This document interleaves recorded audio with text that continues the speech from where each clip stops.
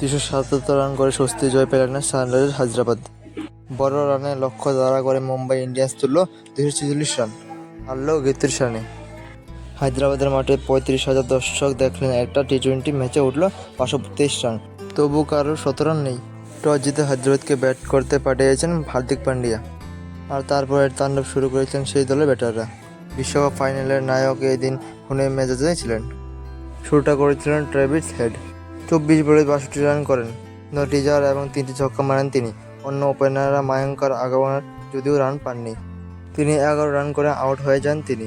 3 নম্বরে নেমে অভিষেক শর্মা 23 বলে 63 রান করেন, 60টি ছক্কা মারেন তিনি, 3টি চার মারেন অভিষেক।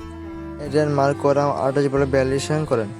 মুম্বাইয়ের কোনো বোলারই ছাপ ফেলতে পারেনি, তাদের দুর্দশা আর বেড়ে যায় হেনরি ক্লাসের মাঠে নামার পর। দক্ষিণ আফ্রিকায় এ ব্যাটার 38 বলে 80 রান করেন, তিনি 60টি ছক্কা মারেন, 4টি মারেন ক্লাসেন। মুম্বাইয়ের বোলারদের মধ্যে সবথেকে বেশি রান দিয়েছিলেন কোয়েনা মাফাকা, 4 ওভারে 60 রান দিয়েছিলেন তিনি। একটি করে উইকেট নেন হার্দিক পান্ডে, জেরাল্ড কোয়েটজি এবং পীযুষ চাওলা, কিন্তু রান আটকাতে পারেননি কেউ। হায়দ্রাবাদ 277 রান তোলার পর মনে করা হয়েছিল তারা হয়তো খুব সহজে জিতবেন, কিন্তু তা হয়নি। রোহিত শর্মা, ঈশান পোরাল, তিলক ভার্মা টিম ডেভিড বিধ্বংসী মেজাজে খেলায়। রোহিত 12 বলে 26 রান করেন, ঈশান 13 বলে 48 রান করেন, 38 বলে 64 রান করেন তিলক, 22 বলে 42 রান করেন ডেভিড। কিন্তু মুম্বাই অধিনায়ক হার্দিক করেন 20 বলে 24 রান, তাকে মন্তর মনে হচ্ছিল বাকাদার তাণ্ডবে।